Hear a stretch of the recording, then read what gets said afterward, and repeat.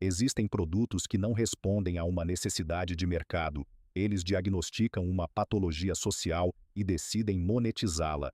A Revolução Industrial exigiu o tempo dos homens. A Revolução Corporativa e Tecnológica do final do século XX exigiu algo mais íntimo, a sua energia. Durante séculos a humanidade operou sob o ditame dos ciclos solares e do cansaço natural. Quando o corpo pedia descanso, o homem dormia. O café, introduzido no Ocidente séculos antes, havia sido o primeiro grande acelerador químico da força de trabalho, a faísca que ajudou a tirar a Europa da letargia agrícola e a empurrá-la para as fábricas. Mas o café exigia um ritual. Era quente, exigia tempo para ser preparado, servido em xícaras de porcelana ou canecas de cerâmica, e era consumido em pausas. O próprio conceito de coffee break implicava uma interrupção do trabalho. Era um conforto, um hábito lento. No entanto, à medida que o século XX avançava para suas décadas finais, o ritmo do mundo mudou de forma irrevogável. A globalização, os mercados financeiros operando em fusos horários cruzados, a cultura corporativa de Wall Street e o nascimento do Vale do Silício criaram um ambiente onde o sono deixou de ser uma necessidade biológica e passou a ser visto como uma fraqueza competitiva. O homem moderno não precisava mais de uma pausa quente e reconfortante. Ele precisava de um empréstimo químico imediato e frio, que pudesse ser consumido em movimento. Ele precisava de resistência sintética. A bebida que viria a definir essa nova era de hiperatividade ansiosa não nasceu nos laboratórios brilhantes de Nova York ou Londres. Nasceu na poeira, no calor sufocante e no barulho ensurdecedor dos motores a diesel da Ásia. Na década de 1970, a Tailândia estava passando por uma transformação econômica brutal. O país estava se modernizando a uma velocidade vertiginosa, construindo rodovias, arranha-céus e infraestrutura sob um clima tropical implacável. Essa construção exigia uma força de trabalho disposta a operar além dos limites humanos. Motoristas de caminhão dirigiam por dias e noites ininterruptos através de estradas precárias para entregar materiais de construção. Operários trabalhavam turnos duplos e triplos. Motoristas de tuk-tuk navegavam pelo trânsito caótico de Bangkok, respirando fumaça e exaustão. Para esses homens, o cansaço não era um incômodo corporativo, era uma ameaça à sobrevivência. Dormir ao volante significava a morte. Perder um turno significava não alimentar a família. Foi nesse cenário de exaustão proletária que um empresário tailandês chamado Chaleo Yovidia viu uma oportunidade. Chaleo não era um chefe de cozinha nem um mestre cervejeiro. Ele era um vendedor de antibióticos e fundou uma pequena empresa farmacêutica chamada TC Mycin. Sua abordagem para o desenvolvimento de produtos não era culinária, era estritamente clínica. Ele observou que a classe trabalhadora tailandesa dependia de misturas perigosas ou de estimulantes importados caros, como o Lipovitan D do Japão, uma bebida tônica criada nos anos 60 que continha vitaminas, mas que era comercializada de forma polida para o homem de negócios asiático. Chaleo decidiu democratizar a energia. Ele queria formular um tônico que fosse barato, doce o suficiente para agradar ao paladar local e quimicamente potente o suficiente para manter um homem acordado por 24 horas. Em 1976, Chaleo lançou sua criação. Ele a chamou de Krating Daeng. Em tailandês, Krating refere-se ao gauro, um bovino selvagem do sudeste asiático, imenso, musculoso e perigoso, conhecido por sua força bruta. Daeng significa vermelho, o touro vermelho. O logotipo, desenhado com uma simplicidade arquetípica que viria a conquistar o mundo, mostrava dois imensos touros vermelhos avançando um contra o outro, chifres prestes a colidir, tendo ao fundo um enorme sol amarelo brilhante. Não era um símbolo de luxo ou sofisticação, era a representação gráfica da energia primbólica, da agressão, da força pura e inesgotável. Para entender o que havia dentro daquela pequena garrafa de vidro marrom e atarracada de Krating Daeng, que mais parecia um frasco de xarope para tosse do que um refrigerante, é necessário olhar para a química. A fórmula de Chaleo não estava preocupada com a sutileza do sabor. Ela era um mecanismo de entrega desenhado para sequestrar temporariamente o sistema nervoso central. A espinha dorsal da bebida era uma trindade química: cafeína, taurina, e uma quantidade massiva de açúcar, glicose e sacarose, complementada por vitaminas do complexo B. A cafeína, o estimulante mais consumido do mundo, atua através de um mecanismo de engano celular. Ao longo do dia, o cérebro humano queima energia e, como subproduto dessa combustão celular, produz um neurotransmissor chamado adenosina. A adenosina acumula-se e liga-se aos seus receptores específicos no cérebro, diminuindo a atividade neural e enviando ao corpo o sinal inconfundível do cansaço. A cafeína tem uma estrutura molecular incrivelmente semelhante à da adenosina. Quando entra na corrente sanguínea e cruza a barreira hematoencefálica, a cafeína liga-se a esses mesmos receptores, mas não os ativa. Ela atua como um bloqueador, um zelador que tranca a porta. A adenosina continua a ser produzida, o corpo continua exausto, mas o cérebro fica temporariamente cego para essa exaustão. No entanto, a cafeína sozinha gera nervosismo, picos erráticos e quedas bruscas. É aqui que a engenharia de Chaleu se mostrava letal e precisa: a taurina. A taurina é um ácido orgânico, um aminoácido que, historicamente, foi isolado pela primeira vez no século XIX, a partir da bile do boi, do latim taurus, o que geraria décadas de lendas urbanas sobre a origem do ingrediente. No Krating da Eng, a taurina, sintetizada em laboratório, atuava como um modulador neurológico. Enquanto a cafeína pisava no acelerador do sistema nervoso, a taurina estabilizava a pulsação, regulava os níveis de cálcio nas células e mitigava os tremores e a ansiedade induzidos pela superdosagem de cafeína. O resultado não era apenas um estado de vigília espasmódica, mas uma clareza sustentada, uma resistência mecânica. Adicione a isso as vitaminas B, necessárias para o metabolismo celular, e o açúcar, que fornecia uma injeção imediata de calorias de queima rápida, e o resultado era uma verdadeira bomba de ressuscitação líquida. O Krating da Eng não era bebido por prazer, ele não tinha gás, era espesso, doce como um xarope medicinal, com um retrogosto ácido e artificial que lembrava vagamente chiclete derretido e produtos farmacêuticos. E era exatamente assim que deveria ser. Para o motorista de caminhão tailandês, o sabor residual de remédio era a prova empírica de que o produto funcionava. Era vendido em postos de gasolina e farmácias, consumido em 1 ou 2 goles rápidos. Ao final da década de 1970, o Krating da Eng havia dominado o mercado tailandês de operários, tornando Chaleu Yovidia um homem incrivelmente rico, mas cuja influência estava estritamente confinada às fronteiras de um mercado emergente asiático. No Ocidente, a ideia de uma bebida energética era praticamente inexistente. A Europa e os Estados Unidos bebiam Coca-Cola para se refrescar e café para acordar. Nada nesse panorama sugeria o que estava prestes a acontecer.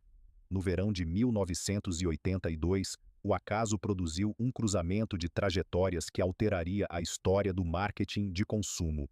Dietrich Mateschitz era um executivo austríaco de 38 anos, diretor de marketing internacional da Blendax, uma empresa alemã fabricante de creme dental e shampoos. Mateschitz passava a vida em aviões, saltando de continente em continente para abrir mercados e fechar acordos de distribuição. Era o epítome do executivo corporativo moderno, ambicioso, incansável, mas biologicamente vulnerável. Ao aterrissar em Bangkok após um longo voo intercontinental, Mateschitz foi atingido pela força implacável do jet lag. O jet lag não é apenas um cansaço superficial, é uma desincronização profunda do ritmo circadiano. O corpo de Mateschitz acreditava estar no meio da noite europeia, enquanto o sol de Bangkok queimava do lado de fora. O cérebro exigia sono com uma urgência nauseante. Arrastando-se pelo saguão do hotel ou pelo aeroporto, os relatos variam. Incapaz de focar nos contratos que precisava revisar, Mateschitz pediu desesperadamente algo que o mantivesse acordado. Um contato local, ou talvez um motorista de táxi, não lhe ofereceu um café expresso, que faria pouco diante daquele nível de exaustão celular. Entregaram-lhe uma pequena e modesta garrafa de vidro marrom, com um rótulo amarelo vibrante, onde 2 touros vermelhos colidiam. Mateschitz olhou para a embalagem pouco atraente, abriu a tampa metálica e bebeu o líquido espesso e sem gás. O sabor era estranho, excessivamente doce, levemente medicinal, distante de qualquer padrão de paladar europeu. Mas o que aconteceu a seguir não teve a ver com o paladar, teve a ver com a eficácia. Em questão de 20 a 30 minutos, algo profundo mudou na fisiologia do austríaco. A névoa cognitiva espessa que o envolvia começou a se dissipar. O peso nos olhos desapareceu. O cansaço profundo e doloroso nos músculos deu lugar a uma nitidez mental repentina e a uma energia estável e inegável. O jet lag havia sido para todos os efeitos práticos desligado. Como um homem de marketing experiente, Mateskits não sentiu apenas alívio, ele sentiu o impacto de uma epifania. Ele passou os dias seguintes em Bangkok fascinado com o produto. Descobriu que o Kratin Daeng não era uma anomalia isolada. Nas prateleiras das farmácias e postos de gasolina tailandeses, ele viu uma prateleira inteira dedicada aos chamados tônicos energéticos. O mercado asiático já havia compreendido que a energia sintética era uma commodity líquida. Mateskits olhou para o Kratin Daeng e viu uma falha de mercado colossal no mundo ocidental. Na Europa e na América do Norte, milhões de estudantes universitários lutavam para ficar acordados antes das provas finais.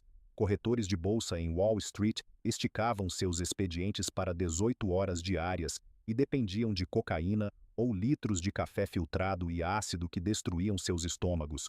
Motoristas cruzavam a Europa na escuridão. Os clubes noturnos começavam a tocar música eletrônica que exigia que as pessoas dançassem até o amanhecer. O Ocidente estava cronicamente exausto, desesperado por mais horas no dia, mas não sabia que a cura para esse mal já existia, engarrafada na Tailândia a poucos centavos a unidade.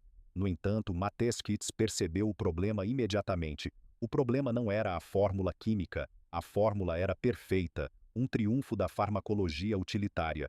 O problema era a imagem, o recipiente, o arquétipo. Na Tailândia, o Kratin Daeng era a bebida do proletariado suado, era o combustível da necessidade, associado à poeira das construções e à fuligem dos escapamentos de diesel. Se Mateskits simplesmente exportasse aquela garrafa marrom de vidro e a colocasse nas prateleiras dos supermercados de Viena, Londres ou Nova York, ela fracassaria miseravelmente. O consumidor ocidental aspiracional, o IUP dos anos 80, jamais beberia o xarope dos caminhoneiros do terceiro mundo.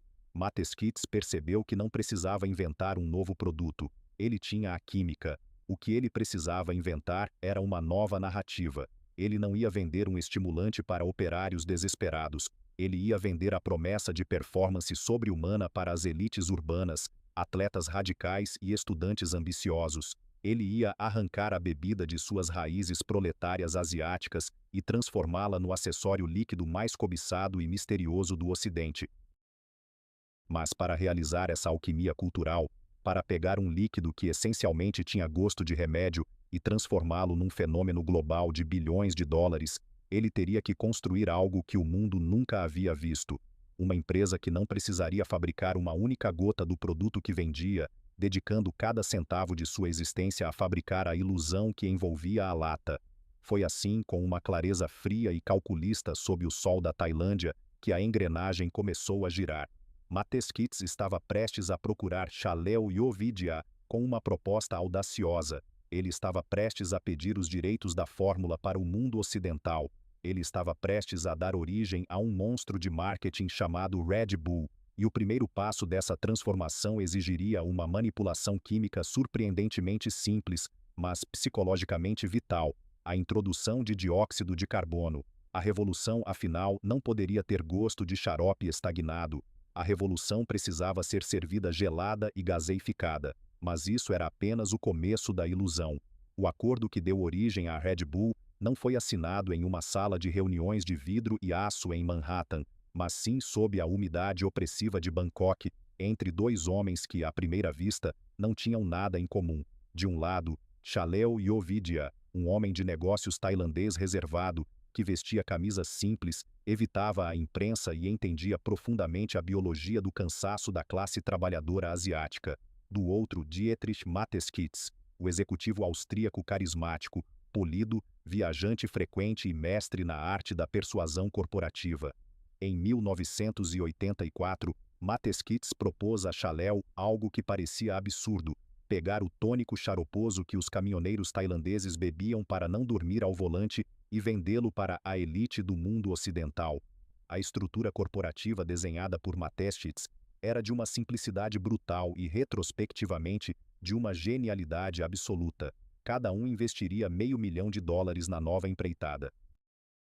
Mateschitz ficaria com 49% das ações. Chalel manteria outros 49%. Os 2% restantes, que funcionariam como voto de desempate, seriam entregues ao filho de Chalel, Chalerm. A nova empresa, batizada de Red Bull GmbH e sediada na Áustria, seria tecnicamente controlada pela família tailandesa, mas a Mateschitz foi concedido o poder operacional total para administrar o negócio no Ocidente. O acordo estabelecia uma premissa que se tornaria a base do império financeiro da Red Bull. A família Yovidia forneceria a fórmula e a Mateschitz forneceria a ilusão. Mas antes que a ilusão pudesse ser vendida, a química precisava ser traduzida. O Kratin da Eng original era uma bebida não carbonatada. Era espesso, denso, quente no estômago e repulsivamente doce para os padrões europeus. Quando Mateschitz levou as garrafas de vidro marrom de volta para a Áustria, ele sabia que o consumidor ocidental, acostumado à refrescância efervescente da Coca-Cola ou da Pepsi, vomitaria ou simplesmente rejeitaria a textura de xarope estagnado. O produto precisava de uma camuflagem tátil. A solução química foi a introdução do dióxido de carbono. Na indústria de bebidas, a carbonatação não é apenas uma questão de textura, é uma arma de dissimulação sensorial. Quando o dióxido de carbono se dissolve em um líquido sob pressão, ele forma ácido carbônico. Ao entrar em contato com a língua, esse ácido ativa levemente os receptores de dor, os nociceptores, criando aquela sensação de mordida ou queimação fria que o cérebro humano interpreta como frescor. A efervescência limpa o paladar e, mais importante, mascara falhas e densidades extremas na fórmula. Ao gaseificar a receita tailandesa, Mateschitz e os químicos austríacos que ele contratou conseguiram esconder a textura viscosa do açúcar concentrado e amenizar o impacto imediato da taurina e das vitaminas sintéticas. A bebida deixou de parecer um remédio líquido para a tosse e passou a imitar a agressividade de um refrigerante de vanguarda. Ainda assim, havia um problema monumental que os laboratórios de aromas apontaram quase imediatamente: o gosto. A versão modificada, agora chamada de Red Bull, continuava tendo um sabor bizarro. Não era exatamente ruim, mas era intrusivo. Tinha notas de chiclete líquido, framboesa artificial, minerais metálicos e um retrogosto inegavelmente farmacêutico. Os especialistas em engenharia de alimentos imploraram a Mateschitz para que ele alterasse a fórmula. Eles sugeriram adicionar aromas cítricos, baunilha, extrato de cola, qualquer coisa que ancorasse o produto em uma paleta de sabores familiares para o europeu da década de 80. O instinto corporativo padrão ditaria que o produto deveria ser o mais agradável possível para atingir o maior público possível. Mateschitz recusou categoricamente, e nessa recusa reside um dos insights psicológicos mais brilhantes da história do marketing moderno. Mateschitz compreendeu algo que as indústrias de alimentos ocidentais haviam esquecido em sua busca obsessiva por sabores doces e suaves: o efeito placebo do desconforto. Se a Red Bull tivesse gosto de refrigerante de laranja ou de cola, o cérebro do consumidor a classificaria imediatamente como um refrigerante. Um refrigerante é um brinquedo líquido, é consumido por prazer, por indulgência, acompanhando um hambúrguer, mas a Red Bull não pretendia ser um acompanhamento, pretendia ser uma ferramenta. Mateschitz percebeu que o sabor estranho, levemente repulsivo e inegavelmente medicinal era um ativo de marketing inestimável. O gosto ruim não era um defeito, era uma garantia funcional. Quando um executivo de Wall Street ou um estudante de medicina tomava um gole de Red Bull e sentia aquele choque químico e metálico na garganta, seu cérebro registrava uma mensagem subconsciente clara: isso não é um doce, isso tem gosto de remédio, portanto, isso deve funcionar. O sabor artificial e agressivo era a prova sensorial de que a pessoa estava ingerindo performance líquida. A alteração deliberada do sabor destruiria a credibilidade do produto como um estimulante de alta potência. Com a fórmula resolvida, carbonatada, adoçada, Mas ainda intencionalmente bizarra, o próximo passo era o recipiente. A garrafa de vidro marrom do Kratin Daeng pertencia às prateleiras de farmácias asiáticas. Mateschitz contratou uma agência de design austríaca liderada por Johannes Kastner para criar uma embalagem que rompesse com todas as convenções visuais existentes nos supermercados. Kastner e sua equipe descartaram o vidro e descartaram as latas tradicionais de aço e alumínio, curtas e grossas, que a Coca-Cola e a indústria da cerveja usavam há décadas. Eles optaram por algo que parecia pertencer mais a um laboratório espacial do que a uma geladeira doméstica. Uma lata de alumínio extrudada, estreita, alta e esguia, com 250 mililitros. A paleta de cores rejeitava o vermelho e branco da Coca-Cola, ou o azul e vermelho da Pepsi. O design final apresentava losangos em azul e prata reflexivos, cores metálicas e frias que remetiam à tecnologia, precisão e velocidade. No centro, o sol amarelo com os dois touros vermelhos em colisão. O contraste era magistral. A forma geométrica e as cores frias, prata e azul, gritavam modernidade europeia e eficiência, enquanto o logotipo central, os touros e o sol, mantinha a promessa primária da agressividade asiática. A lata não era apenas uma embalagem, era um artefato visual. Sua forma alta e estreita não se encaixava perfeitamente nos porta-copos dos carros antigos da época, nem se misturava facilmente com outras latas nas prateleiras. Ela se destacava. Além disso, a lata prateada e azul, fina e alongada, evocava inconscientemente a imagem de uma bateria de lítio. Você não estava comprando uma bebida, você estava comprando uma célula de energia alcalina desenhada para ser inserida no corpo humano. E para consolidar essa percepção de valor extremo, Mateschitz tomou outra decisão que contrariava a lógica de volume: o preço. A lata de 250 mililitros seria vendida pelo triplo do preço de uma lata de 330 mililitros de Coca-Cola. O preço elevado cumpria a mesma função psicológica do gosto ruim. Se é tão caro e vem em uma quantidade tão pequena, deve ser incrivelmente potente e exclusivo.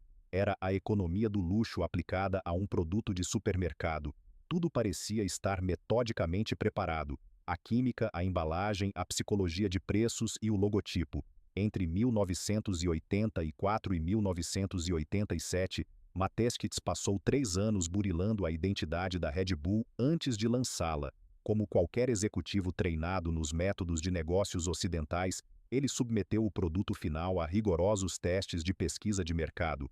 Ele contratou uma empresa especializada para conduzir grupos focais na Áustria. Dezenas de consumidores comuns foram colocados em salas com espelhos falsos, receberam a lata prateada de Red Bull, provaram o líquido e deram suas opiniões. Os resultados não foram ruins, foram catastróficos. Os relatórios da pesquisa de mercado, que Mateschitz mais tarde citaria com uma satisfação irônica, foram brutais e unânimes. As pessoas odiaram o logotipo, considerando-o agressivo demais. Acharam a lata fina estranha e o preço absurdamente proibitivo. Mas, acima de tudo, repugnaram o sabor. As planilhas de dados mostravam uma rejeição quase absoluta. A conclusão da agência de pesquisa foi taxativa, uma daquelas sentenças que entram para a história corporativa pela sua miopia monumental. Não há demanda para este produto, o sabor é nojento, o conceito falha, não existe mercado para isso.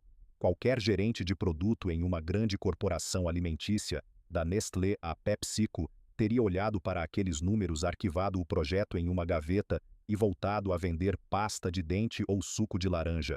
Os dados eram indiscutíveis. As massas não queriam a Red Bull. Mas Mateschitz não estava vendendo para as massas, e ele entendeu uma verdade sombria sobre as pesquisas de mercado que as grandes corporações frequentemente ignoram. As pesquisas de mercado preveem o que as pessoas acreditam que querem hoje, baseadas em suas referências passadas. Elas são completamente cegas para o que as pessoas podem ser condicionadas a precisar amanhã. O público do grupo focal estava comparando a Red Bull com refrigerantes, e nesse espectro, ela falhava. Mas Mateschitz estava inventando uma categoria que não existia: a bebida energética funcional. O fato de o produto polarizar as opiniões, o fato de gerar repulsa imediata em algumas pessoas, significava que ele gerava uma reação forte. A indiferença mata marcas. O ódio e a paixão constroem cultos. Ignorando as advertências sombrias dos analistas de mercado, Mateskitz lançou a Red Bull na Áustria em 1º de abril de 1987, e como as métricas haviam previsto, o consumidor comum nos supermercados ignorou a lata fina e cara. As donas de casa não a compravam, os operários tradicionais não entendiam o apelo, as vendas iniciais foram lentas, a empresa perdia dinheiro e a estrutura financeira parecia frágil. Foi nesse vácuo, diante da apatia do mercado de massa, que Mateskitz tomou a decisão que transformaria a Red Bull não apenas em uma bebida, mas em um vírus cultural. Ele percebeu que colocar o produto nas prateleiras dos supermercados e esperar que as pessoas o comprassem era a estratégia dos perdedores. Se o mainstream rejeitava o produto, ele não tentaria convencê-los, ele faria um movimento de flanco, ele atacaria as bordas da sociedade, ele levaria a Red Bull para o underground. A Red Bull parou de tentar ser um refrigerante para as famílias e começou a mirar cirurgicamente naqueles que precisavam de resistência artificial em ambientes de alta pressão. Mateskitz não comprou anúncios em outdoors ou comerciais na televisão aberta no início.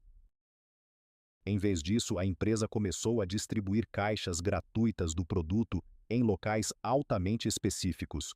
O primeiro alvo, os estudantes universitários em época de exames. Equipes contratadas pela Red Bull chegavam aos campi universitários austríacos em carros adesivados, não caminhões de entrega tradicionais, mas veículos com modificações bizarras, ostentando uma lata gigante de Red Bull montada no porta-malas. Eles não vendiam, eles davam a bebida a estudantes exaustos nas bibliotecas à meia-noite. A mensagem era subliminar. Você não bebe isso por sabor. Você bebe isso porque tem uma prova de anatomia amanhã e o seu cérebro está desligando. O segundo alvo foi ainda mais subversivo e estabeleceu a ponte definitiva para a aceitação global da marca. No final da década de 80 e início dos anos 90, a Europa estava sendo engolida pela cultura rave e pela música eletrônica. Berlim, Londres e Viena viam o nascimento de clubes subterrâneos onde os jovens dançavam música techno a 130 batidas por minuto até o amanhecer. Essas festas eram ecossistemas de exaustão extrema. A Red Bull começou a se infiltrar nos clubes austríacos. Não estava nos menus iniciais, mas aparecia nos bastidores, distribuída gratuitamente aos DJs, aos promotores das festas e aos bouncers, seguranças, nas portas. Quando os formadores de opinião da cultura noturna começaram a ser vistos com a fina lata prateada nas mãos, o produto adquiriu instantaneamente uma aura de ilicitude, exclusividade e modernidade. E então ocorreu a fusão química que a empresa nega ter planejado, mas que catapultou suas vendas para a estratosfera. Nos bares e porões escuros das casas noturnas europeias, alguém cujo nome está perdido para a da história, teve a ideia de misturar a Red Bull com vodka. A combinação era neurologicamente paradoxal e comercialmente explosiva. O álcool atua como um depressor do sistema nervoso central, reduzindo as inibições, mas invariavelmente causando sonolência e perda de coordenação à medida que a noite avança. A cafeína e a taurina da Red Bull faziam exatamente o oposto, mascaravam o efeito sedativo do álcool. O resultado prático para quem consumia a mistura era uma embriaguez incrivelmente lúcida e acelerada, um estado que os toxicologistas chamam de bêbado bem acordado. O gosto medicinal da Red Bull escondia o ardor do álcool barato e o açúcar mascarava a desidratação. Da noite para o dia, a bebida que os grupos focais chamaram de nojenta tornou-se o coquetel padrão de uma geração inteira de clubbers europeus. As vendas na Áustria dispararam. Mateskitz havia encontrado o seu mercado. A Red Bull não seria vendida com argumentos de sabor nutritivo, como a Coca-Cola ou os sucos de frutas. Ela seria introduzida nas veias da cultura através das portas dos fundos dos bares, dos porta-malas dos estudantes e, em breve, das encostas nevadas dos esportes radicais. O que começou como uma estratégia de guerrilha devido ao fracasso nos canais tradicionais, revelou algo muito mais profundo sobre a natureza do consumo moderno. A Red Bull provou que, se você associar um produto à tribo certa, ao contexto de uso correto e cercá-lo de uma aura de funcionalidade extrema, as pessoas não apenas ignorarão um gosto ruim, elas passarão a desejá-lo. O sabor passou a ser um rito de passagem. A lata tornou-se um distintivo de honra para quem precisava transcender os limites do próprio corpo, mas vender para estudantes e frequentadores de clubes noturnos austríacos era apenas o laboratório de testes. Para conquistar o mundo e para justificar o império de dezenas de bilhões de dólares que viria a seguir, Mateskits sabia que a Red Bull precisava de mais do que boca a boca em festas techno, precisava de um mito fundador escalável. Precisava construir um universo midiático inteiro, onde as leis da física pareciam estar temporariamente suspensas, e onde a marca deixaria de ser uma fabricante de bebidas para se tornar a patrocinadora oficial do perigo humano. A verdadeira ilusão estava prestes a decolar, e não envolveria supermercados, mas sim homens dispostos a quebrar seus próprios ossos em troca de um logotipo azul e prata. Para compreender a verdadeira magnitude da ilusão construída por Dietrich Mateschitz, é preciso primeiro desconstruir a ideia do que é, de fato, uma empresa de bebidas. No paradigma industrial clássico, consolidado ao longo do século XX por gigantes como Coca-Cola, PepsiCo e Anheuser-Busch, o poder de uma corporação reside na sua infraestrutura física. A força dessas empresas está no aço de seus tanques de fermentação, nas quilométricas correias transportadoras, nas frotas infindáveis de caminhões de entrega e no controle absoluto sobre a cadeia de suprimentos. Uma empresa de bebidas clássica é, na sua essência, uma empresa de logística e manufatura pesada. O produto líquido é a âncora material de todo o modelo de negócios. Ocupa espaço, pesa toneladas, exige armazenamento refrigerado e manutenção constante. A Red Bull, no entanto, operou desde o seu primeiro dia sob uma premissa radicalmente diferente, uma premissa que antecipou em décadas o modelo econômico do Vale do Silício, a separação total entre o hardware e o software. No final dos anos 1980, quando a demanda começou a acelerar, graças à cultura dos clubes noturnos europeus e à associação subversiva com a vodka, Mateschitz precisava escalar a produção. Qualquer executivo tradicional teria usado os primeiros lucros para comprar terrenos, construir fábricas de engarrafamento e contratar milhares de operários sindicais. Mateschitz fez exatamente o oposto. Ele olhou para os custos astronômicos de maquinário, manutenção e logística e viu uma âncora que afundaria a agilidade da sua marca. Ele não queria gerenciar fábricas, ele queria gerenciar percepções. A solução foi firmar uma parceria com a Rausch Fruchtsäfte, uma tradicional e gigantesca produtora austríaca de sucos de frutas, cujas operações industriais eram impecáveis, mas cujo teto de crescimento estava limitado pela monotonia do mercado de suco de maçã. O acordo firmado foi uma obra-prima da terceirização extrema. A Rausch assumiria absolutamente todo o fardo físico do negócio. Eles importariam os ingredientes brutos, sintetizariam a taurina em laboratório, misturariam o xarope, injetariam o dióxido de carbono, encheriam as finas latas de alumínio, selariam as embalagens e carregariam os caminhões. O que a Red Bull GmbH fazia então?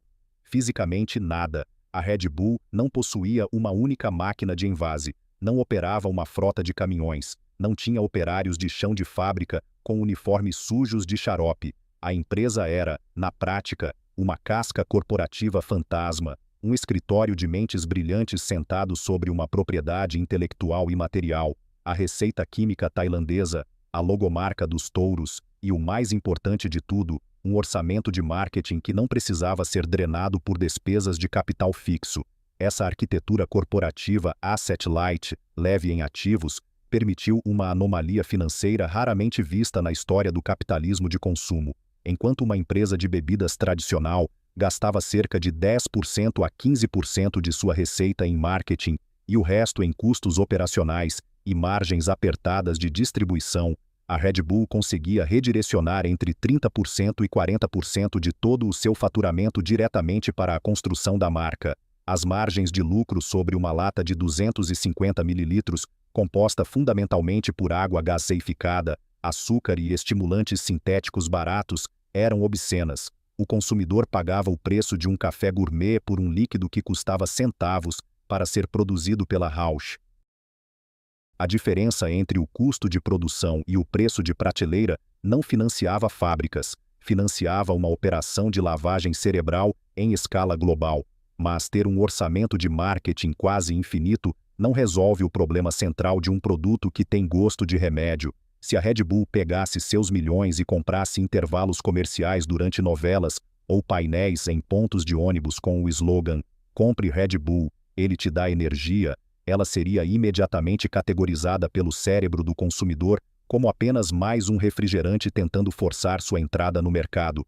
A publicidade tradicional é passiva. A televisão convencional interrompe o espectador quando ele está deitado, relaxado, imerso em ficção barata. Matt Skitz sabia que não podia vender energia num contexto de letargia passiva. Ele precisava que a lata de prata e azul fosse vista em cenários onde a passividade significava a morte. E foi assim que a Red Bull inventou o seu próprio modelo de negócios paralelo, o patrocínio corporativo do perigo humano extremo. No início dos anos 1990, os esportes tradicionais, futebol, tênis, golfe, estavam saturados por marcas como Nike, Adidas, Rolex e Coca-Cola. Eram esportes altamente regulamentados, higienizados por federações internacionais, transmitidos por canais de televisão conservadores. Os atletas eram polidos, treinados em media training, e o risco de lesões mortais era estatisticamente irrelevante. Para a Red Bull, o tênis era o antônimo da sua proposta de valor. O golfe não precisava de taurina, precisava de paciência. Mateskitz virou os olhos para as margens da sociedade esportiva. Ele procurou subculturas onde jovens movidos à adrenalina pura estavam quebrando os próprios ossos fora da visão da mídia mainstream.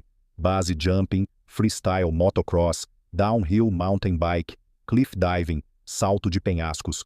Eram esportes crus, violentos, imprevisíveis e assustadores. Os atletas não tinham empresários corporativos, viviam em vans, comiam mal e competiam por prêmios irrisórios, movidos apenas pela obsessão de empurrar a anatomia humana além de seus limites estruturais. A estratégia da empresa não foi simplesmente colar o logotipo da Red Bull no capacete desses atletas. Isso seria publicidade convencional, e a Red Bull abominava o convencional. A estratégia foi comprar a própria sobrevivência desses indivíduos. A marca oferecia a esses garotos destemidos o que eles nunca tiveram: salários, equipamentos de ponta, equipes médicas privadas e, sobretudo, a validação de que sua loucura era um espetáculo que o mundo merecia ver. Ao fazer isso, a Red Bull operou um sequestro neuroquímico sutil na mente do público. A lógica era perversamente eficaz. Quando um espectador assiste a um atleta de motocross acelerar em direção a uma rampa de terra, saltar 30 metros no ar, soltar a moto, dar um mortal para trás e segurar o guidão novamente antes de aterrissar, o espectador experimenta uma descarga empática de cortisol e adrenalina. O coração do público acelera, as pupilas dilatam-se, a respiração fica presa.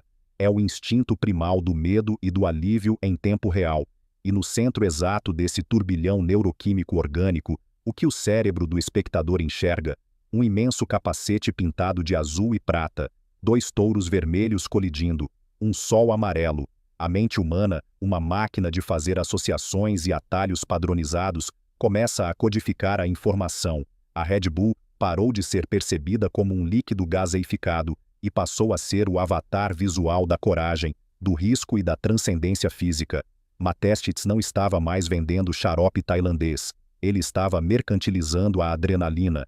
Ele vendia o medo conquistado. Quando um adolescente no subúrbio de Paris, ou um operador financeiro em Londres, ia a uma loja de conveniência e pagava 3 euros por uma pequena lata metálica, ele não estava comprando uma bebida energética. Ele estava comprando um souvenir tátil desse estilo de vida impossível. A lata era um troféu líquido, uma fração daquela rebeldia e invulnerabilidade que ele assistia nos vídeos, embalada sob pressão e pronta para consumo. Mas a evolução natural dessa estratégia escondeu uma mutação ainda mais agressiva. À medida que a década de 1990 avançava, patrocinar os eventos dos outros tornou-se insuficiente. A Red Bull não queria estar sujeita às regras de redes de televisão alheias ou às limitações de federações esportivas obscuras.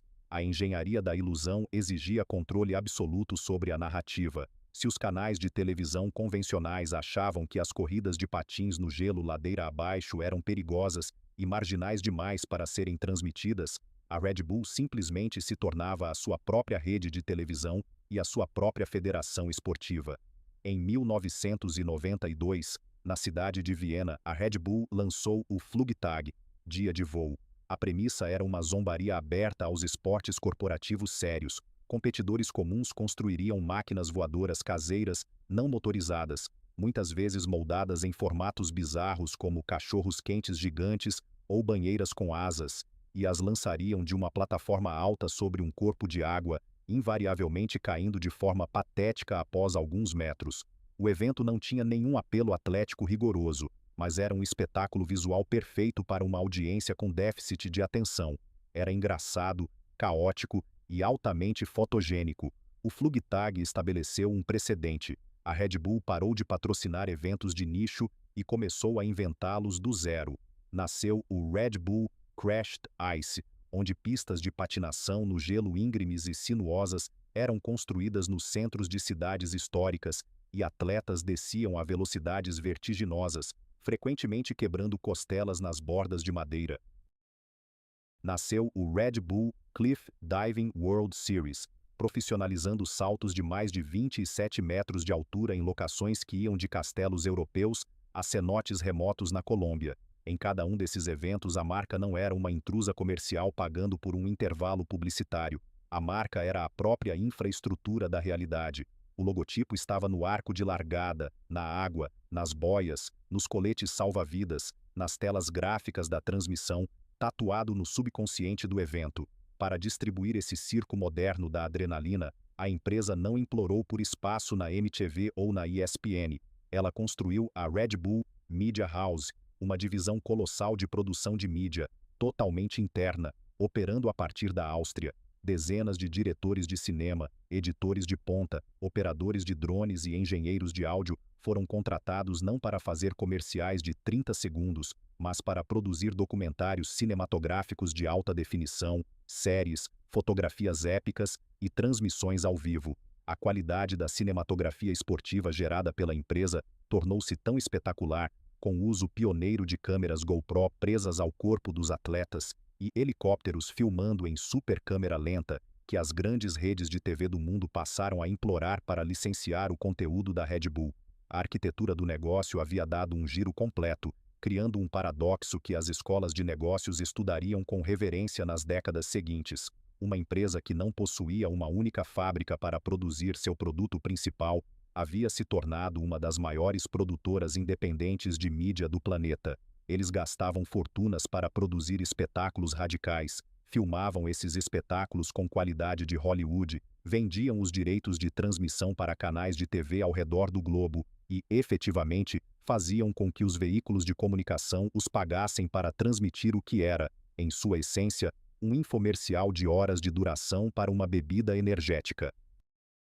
A distinção entre o que era um produto esportivo, o que era entretenimento e o que era publicidade havia sido completamente obliterada pela engenharia corporativa de Mateskits. O slogan, "A Red Bull te dá asas", não era mais uma metáfora desenhada no papel de uma agência de publicidade. Era uma prova em vídeo, distribuída em resolução 4K para milhões de telas ao redor do globo. E enquanto os consumidores assistiam hipnotizados a homens quebrando as barreiras da gravidade, em uma pacata e limpa fábrica industrial administrada pela Rausch na Áustria, máquinas que a Red Bull não possuía continuavam a misturar água carbonatada, muito açúcar e os subprodutos de laboratório concebidos por um empresário tailandês esquecido, selando a fórmula do lucro infinito a uma taxa de milhares de latas por minuto. A maquinaria do underground e dos esportes radicais havia servido ao seu propósito de erguer o mito, mas para dominar não apenas um nicho, mas a totalidade do globo, o touro precisaria abandonar as margens e investir no centro absoluto do luxo, da engenharia e da glória midiática de massa. O próximo passo da ilusão custaria centenas de milhões de dólares e não envolveria motos sujas de terra, mas as máquinas mais caras do planeta, rodando sobre as pistas do esporte mais elitista do mundo. O laboratório de marketing de Mateskits estava prestes a colocar o logotipo na Fórmula 1 e, em paralelo, preparar o palco para o maior espetáculo de marketing direto que a humanidade moderna já testemunhou nos limites do espaço estratosférico. A ilusão havia conquistado os guetos da juventude, os clubes noturnos e os penhascos isolados, onde viciados em adrenalina arriscavam a vida longe das câmeras da grande mídia. Mas Dietrich Mateschitz era um homem de negócios com uma compreensão profunda da natureza humana e da hierarquia do consumo. Ele sabia que a cultura underground tem um teto de vidro. Quando uma marca se associa exclusivamente a skatistas, motociclistas de motocross e praticantes de base jumping, ela constrói credibilidade, mas corre o risco de ficar eternamente marginalizada. Para que a lata azul e prateada se tornasse um ícone global irrevogável, comparável à garrafa curvilínea da Coca-Cola, ela precisava invadir a sala de estar da classe média global e os saguões de aeroportos da elite financeira. Precisava dominar os esportes de massa. No entanto, havia um obstáculo filosófico fundamental. No mundo dos esportes tradicionais de alto nível, a Fórmula 1, o futebol europeu, o hóquei, as regras do marketing já estavam cristalizadas há décadas. O modelo era a esmola corporativa. Uma empresa pagava dezenas de milhões de dólares a uma equipe estabelecida para alugar um espaço retangular de tecido na camisa de um jogador ou um adesivo de vinil no capô de um carro. Mateschitz odiava esse modelo. Ele desprezava a ideia de ser um mero patrocinador. O patrocinador é um passageiro. Ele depende do talento de terceiros, está à mercê dos escândalos dos jogadores e, acima de tudo, divide a atenção visual do público com dezenas de outras logomarcas espremidas no mesmo espaço. Mateschitz não queria alugar a atenção. Ele queria ser o dono absoluto dela. Se a Red Bull fosse entrar nos esportes de elite, ela não o faria colocando um adesivo na propriedade de outra pessoa. Ela compraria a propriedade, apagaria a história anterior e a reescreveria com a sua própria paleta de cores. O primeiro e mais audacioso laboratório dessa nova doutrina imperialista de marketing foi a Fórmula 1. A Fórmula 1 é o ápice da engenharia automotiva, do elitismo e do gasto irracional de capital. É um esporte onde as equipes são braços diretos de impérios automobilísticos centenários: Ferrari, Mercedes-Benz, Renault. Nos anos 90, a Red Bull começou como a maioria, patrocinando a equipe suíça Sauber, mas no final de 2004 surgiu uma oportunidade que definiria o século XXI da marca. A gigante americana Ford, exausta de injetar centenas de milhões de dólares em sua equipe fracassada, a Jaguar Racing, decidiu abandonar a Fórmula 1. A equipe era um buraco negro financeiro, com carros lentos e uma moral destruída. Mateschitz comprou a Jaguar Racing da Ford pelo valor simbólico de exatamente $1, com a promessa de investir 400 milhões de dólares na equipe ao longo dos 3 anos seguintes. No paddock, a transação foi recebida com desdém, sarcasmo e risadas abertas. Os aristocratas das corridas, os chefes de equipe que respiravam gasolina e óleo de motor há gerações, olharam para os austríacos com um profundo desprezo. A narrativa na imprensa esportiva era unânime. É uma empresa de bebidas energéticas tentando brincar de construtora de carros. Esperava-se que a Red Bull desse algumas festas extravagantes com música eletrônica nos boxes, perdesse muito dinheiro e, em poucos anos, fosse embora humilhada pelos engenheiros da Ferrari e da McLaren. Eles não entenderam a natureza do adversário. A Red Bull não era uma empresa de bebidas que decidiu fazer carros. Era uma agência de marketing com orçamento ilimitado que decidiu que um carro de Fórmula 1 rodando a 340 km por hora seria o outdoor mais rápido e letal do mundo. Mateschitz aplicou a mesma arquitetura de terceirização intelectual que usara na bebida. Ele não tentou projetar o carro sozinho. Ele comprou mentes. Ele contratou Christian Horner, um jovem ex-piloto ambicioso, para chefiar a equipe, e então fez o movimento mais agressivo possível. Seduziu Adrian Newey, o maior gênio da aerodinâmica da história da Fórmula 1, tirando-o da McLaren com um cheque em branco e a promessa de liberdade criativa absoluta. A Red Bull não estava presa às burocracias corporativas de uma montadora de carros clássica que precisava justificar o design das pistas para vender sedãs familiares na segunda-feira. A única missão da equipe era vencer e colocar a lata azul e prata no pódio. O resultado dessa engenharia de precisão destruiu a hierarquia do automobilismo. Em 2010, apenas 6 anos depois de comprar uma equipe falida por $1, a Red Bull Racing venceu o Campeonato Mundial de Construtores e coroou Sebastian Vettel como campeão do mundo. Eles não venceram uma vez, venceram 4 anos consecutivos: 2010, 2011, 2012, 2013, aniquilando a Ferrari e a McLaren. Décadas de tradição automobilística italiana e britânica foram subjugadas por uma lata de xarope carbonatado. O carro não tinha o logotipo da Red Bull de forma discreta. O carro era o logotipo. Cada vez que Vettel cruzava a linha de chegada, a mensagem psicológica enviada para centenas de milhões de espectadores globais não era sobre válvulas e cilindros, era sobre transcendência. A Red Bull havia provado, empiricamente na arena mais difícil do mundo, que a sua energia fabricada superava a tradição. Mas a Fórmula 1, por maior que fosse, era um esporte de nicho mecânico. Mateskits queria o oxigênio principal do planeta. Ele queria o futebol. E foi no esporte mais popular da Terra, um esporte movido pela emoção irracional, pela classe trabalhadora e pela história centenária de comunidades locais, que o método da Red Bull revelou o seu rosto mais frio, calculista e impiedoso.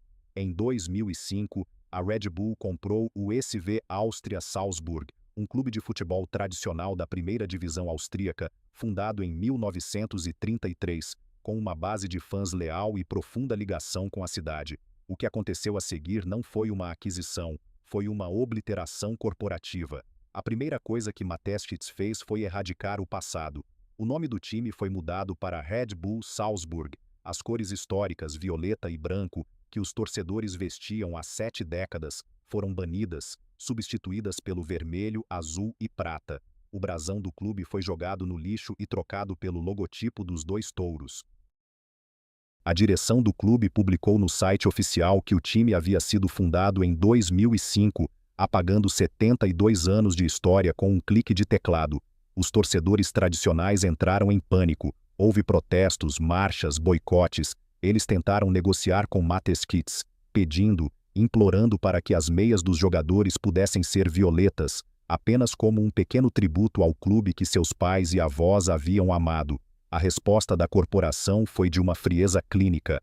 Mateskits declarou publicamente que não havia espaço para compromissos. A Red Bull não havia comprado um clube de futebol para fazer caridade emocional. Havia comprado uma licença esportiva para criar uma filial de marketing orgânico. Os torcedores tradicionais foram convidados a ir embora se não gostassem, e a empresa procedeu a distribuir ingressos gratuitos para famílias e crianças que não se importavam com a história, desde que o novo time vencesse. E com bolsos sem fundo, o time venceu. O Red Bull Salzburg monopolizou o futebol austríaco.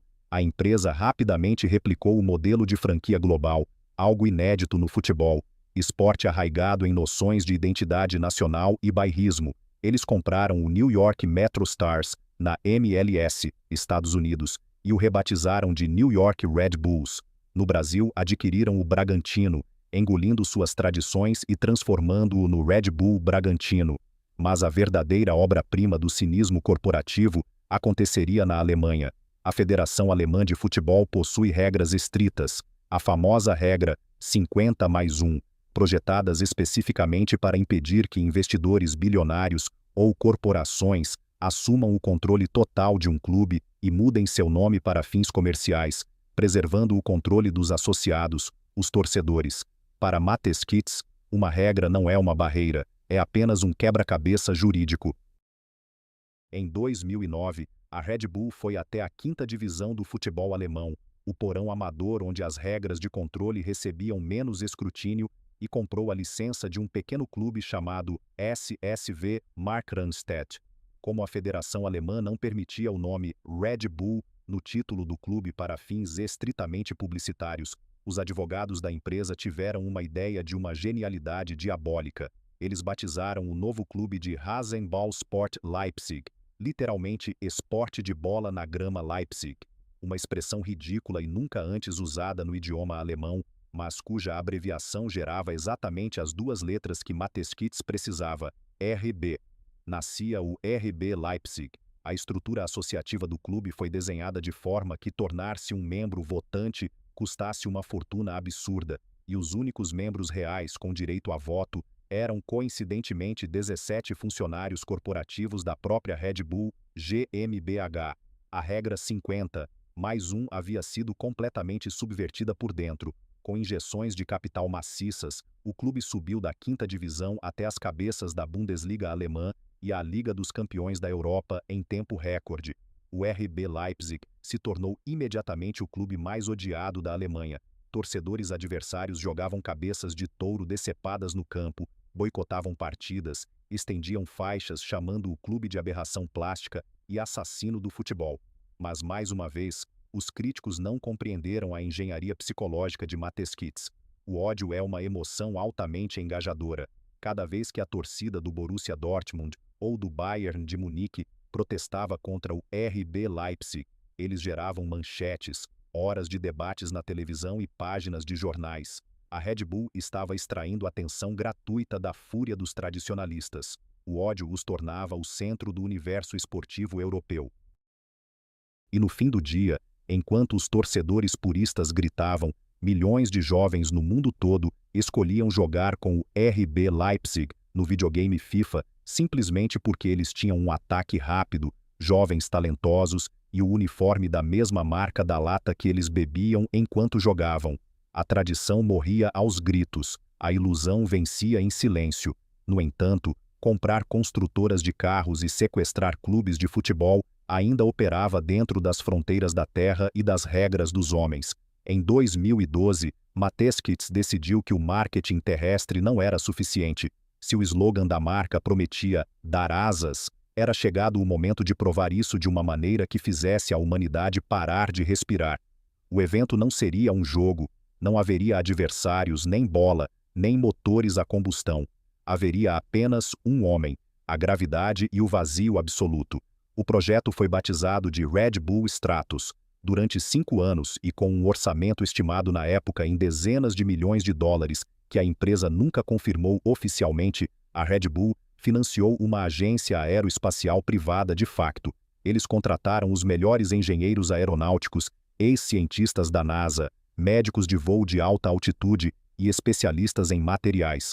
O objetivo era construir um balão de hélio gigantesco, de espessura de 1/1000 de polegada, capaz de carregar uma cápsula pressurizada de última geração para os limites da estratosfera terrestre, e então convencer um paraquedista austríaco chamado Felix Baumgartner a abrir a porta e pular.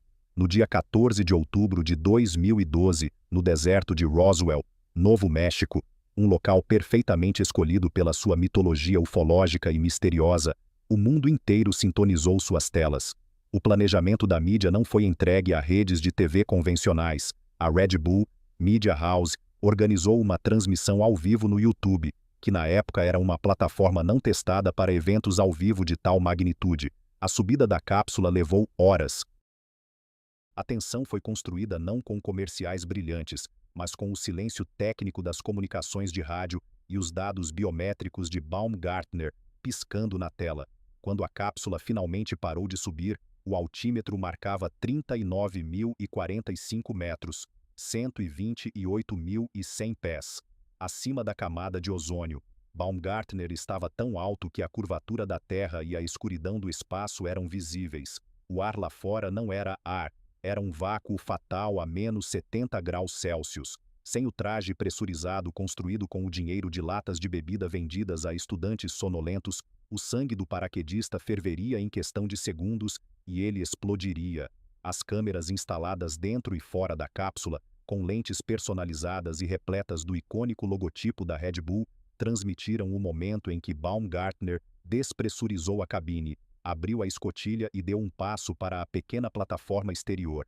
Naquele instante exato, 8 milhões de pessoas ao redor do globo estavam assistindo ao vivo no YouTube, destruindo todos os recordes anteriores de transmissão online na história da internet. Crianças, executivos, donas de casa, governantes, ninguém estava imune ao suspense da mortalidade iminente. Baumgartner fez uma pequena saudação e deixou-se cair. O que se seguiu não foi apenas uma queda, foi uma anomalia científica televisionada por uma corporação de consumo. Nos primeiros 40 segundos, em um vácuo quase perfeito, não havia atrito do ar para retardar seu corpo. Baumgartner acelerou até atingir impressionantes 1.357,6 km por hora. Ele alcançou Mach 1,25. Um ser humano de carne e osso quebrou a barreira do som sem estar dentro de uma aeronave. Durante um momento aterrorizante de perda de controle, ele começou a girar incontrolavelmente, um giro plano que quase o fez perder a consciência e forçou a equipe de terra a prender a respiração, sabendo que a morte do atleta seria o maior desastre de relações públicas corporativas da história se transmitida ao vivo. Mas o design funcionou. Baumgartner estabilizou, o ar denso da baixa atmosfera o freou, o paraquedas se abriu e ele tocou o solo do deserto intacto, caindo de joelhos, vitorioso. O retorno do investimento em mídia foi algo que desafia os livros de contabilidade tradicionais. Estima-se que, se a Red Bull tivesse que pagar pelo tempo de tela, pela cobertura global de telejornais, capas de revistas, menções no Twitter, reportagens em jornais sérios e documentários científicos resultantes do salto de Baumgartner, o custo seria superior a 6 bilhões de dólares. Mateschitz gastou algumas dezenas de milhões. Ele comprou a imortalidade midiática a preço de banana. Aquele domingo de 2012 selou a natureza definitiva da ilusão. A Red Bull parou formalmente de competir com a Pepsi ou a Coca-Cola no departamento de marketing de bebidas. Ela agora competia com a NASA na exploração aeroespacial, com o Comitê Olímpico Internacional em escala esportiva e com a Universal Studios em entretenimento cinematográfico. O líquido amarronzado inventado na Tailândia por Chaleo Yovidia não era mais o produto era a atenção do mundo. O líquido era simplesmente a tarifa barata, a moeda de 3 dólares que o consumidor inseria na máquina para continuar financiando o espetáculo. Enquanto a audiência se maravilhava com um homem quebrando a velocidade do som e clubes falsos de futebol vencendo campeonatos, quase ninguém parava para notar a mecânica invisível e repetitiva que operava nas prateleiras dos supermercados. A genialidade da arquitetura de Mateschitz era que, enquanto o cérebro humano estava ocupado processando a adrenalina estratosférica, a mão do indivíduo pegava a lata mecanicamente, pagava o preço excessivo sem pensar e entregava a um corpo cada vez mais cansado do século XXI a mesma molécula de cafeína sintética. A ilusão era perfeita porque, em última instância, era real. Não existia mais uma fábrica, mas o mundo inteiro havia se tornado a linha de montagem da Red Bull. E com o império financeiro estabelecido, as fundações começavam a preparar o terreno para um choque cultural invisível, porque ao vender o conceito de limites humanos quebrados para as massas ocidentais urbanas, a empresa não estava mais apenas vendendo energia, estava comercializando uma nova ideologia do esgotamento corporativo, onde não estar produtivo ou acordado passou a ser o maior pecado imperdoável do capitalismo contemporâneo. O verdadeiro custo daquela pequena lata não estava no fígado, mas no relógio biológico da humanidade. Enquanto Felix Baumgartner caía da estratosfera e aterrorizava o mundo com a quebra da barreira do som, uma realidade biológica muito menos espetacular, mas infinitamente mais letal, desenrolava-se no chão. O espetáculo do marketing extremo havia cumprido o seu papel de ofuscar uma premissa fisiológica básica. O corpo humano tem limites intransponíveis. A máquina biológica não foi projetada para operar em estado de alerta máximo permanente. A Red Bull prometia dar asas, uma metáfora eufemística para o ato de suspender temporariamente a percepção de exaustão. Mas a energia, no universo da termodinâmica e da biologia humana, não pode ser criada do nada, ela só pode ser emprestada. E o credor desse empréstimo químico, o sistema cardiovascular, começava a cobrar juros com uma brutalidade silenciosa. Para entender o choque que a Red Bull causou nas agências de saúde pública da Europa e do mundo, é preciso olhar além do açúcar e focar na tempestade elétrica que a bebida causa no miocárdio. Uma lata de 250 ml de Red Bull contém 80 mg de cafeína, o equivalente a uma xícara de café expresso forte. Isoladamente, essa quantidade não é letal. O perigo residia na sinergia da cafeína com a taurina sintética e a glucuronolactona, combinadas com o contexto de consumo que a própria empresa havia arquitetado, exaustão física, ambientes de alta pressão e frequentemente a mistura com álcool.